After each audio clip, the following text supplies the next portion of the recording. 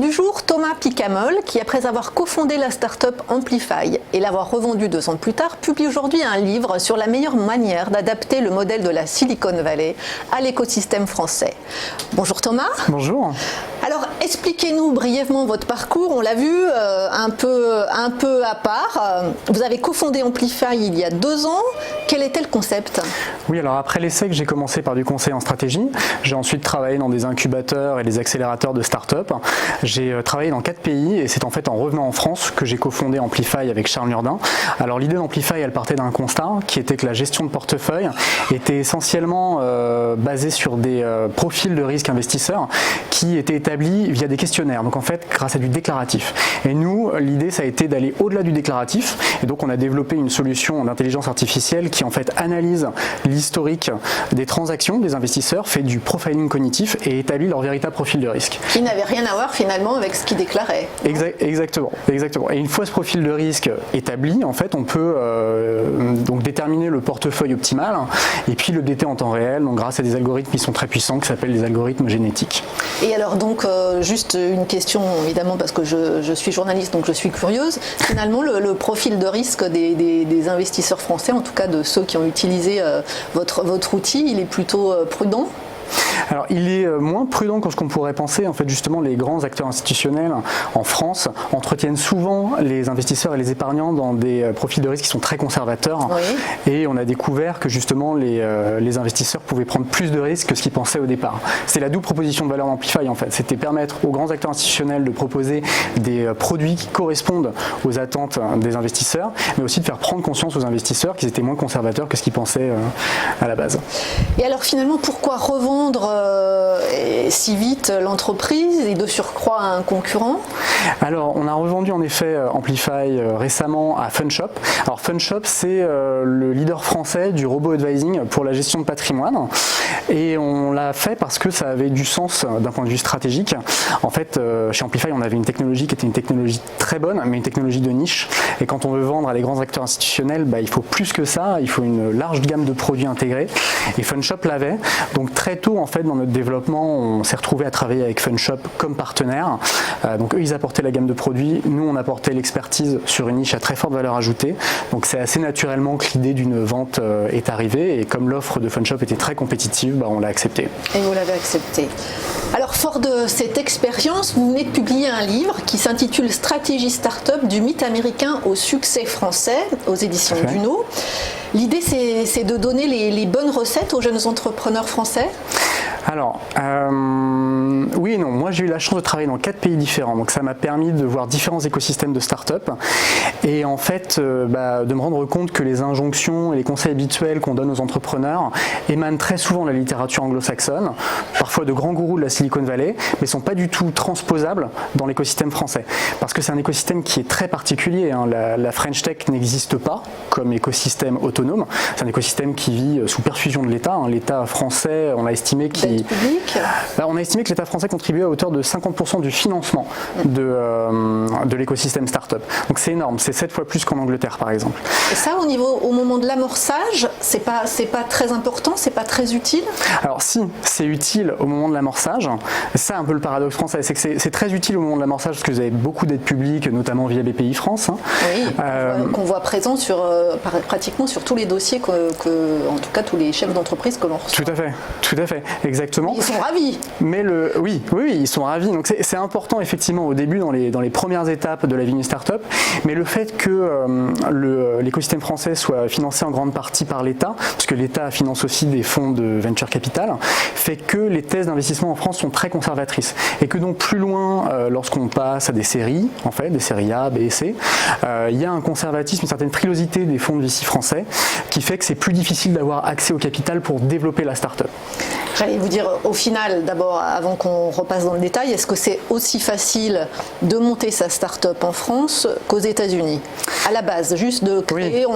On a tellement ce mythe qu'en France, c'est l'usine à gaz administrative. Est-ce que c'est vrai ? Non, c'est assez facile de créer une start-up en France. C'est assez facile et on est protégé d'une certaine mesure par le fait qu'il y a moins de concurrence en France qu'aux États-Unis, par exemple. Après, effectivement, c'est une autre question par rapport à l'accès au capital. Mais effectivement, créer sa start-up en France, ça reste facile. La réglementation, généralement, ce qui revient de la part des entrepreneurs de la French Tech comme critique par rapport à la French Tech, c'est le fait qu'il y a une réglementation trop dure de l'État, qu'il y a des charges fiscales trop élevées, et puis qu'il n'y a pas assez d'investissement de l'État dans la tech. Or, on l'a vu, les investissements de l'État dans la tech, c'est pas vraiment un problème. Il y a des aides publiques. En ce qui concerne les charges fiscales, les entrepreneurs ont des moyens d'alléger en fait leurs charges fiscales, les start-upers. Et puis la réglementation, c'est pas vraiment un problème. Par exemple, en Israël, les entrepreneurs israéliens se plaignent tout le temps de la réglementation. Pourtant, c'est le modèle de la Startup Nation. C'est un écosystème qui marche super bien. Donc voilà, le seul problème vraiment en France, c'est la faiblesse de l'écosystème d'investissement pour des phases de développement de start-up. C'est ça qui est le plus compliqué en fait. Ouais. Les atouts, c'est plutôt effectivement ces aides publiques et cet amorçage et cette facilité à créer. Tout à fait. Et la complexité arrive ensuite. Donc, pour scaler. On en vient au financement. Alors c'est souvent le casse-tête des startups et surtout de dirigeants qui n'ont pas forcément une connaissance très approfondie de toute cette problématique financière.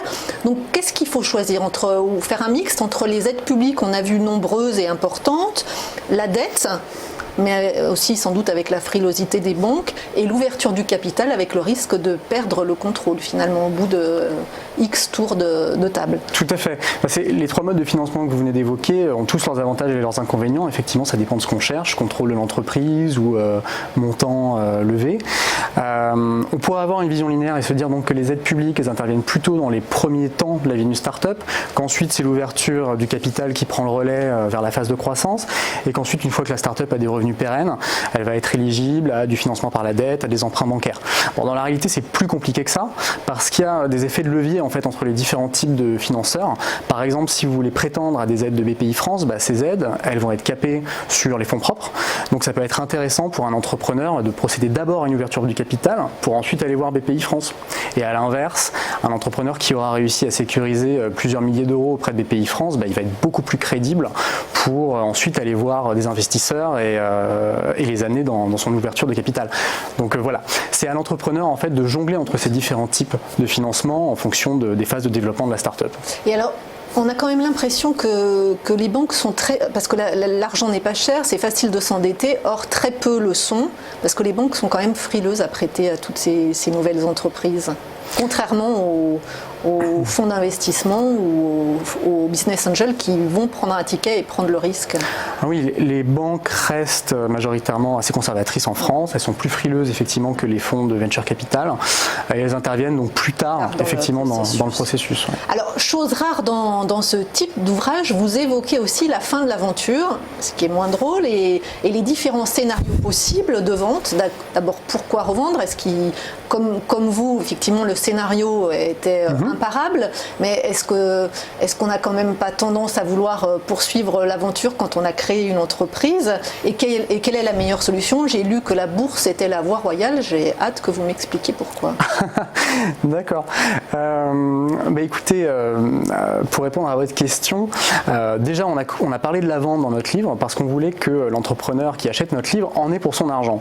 Et en fait, l'entrepreneur peut en avoir pour son argent à deux moments dans la vie d'une start-up. Il peut réaliser sa plus-value, il peut générer sa plus-value, soit lors d'une revente, soit, comme vous l'avez dit, lors d'une introduction en bourse.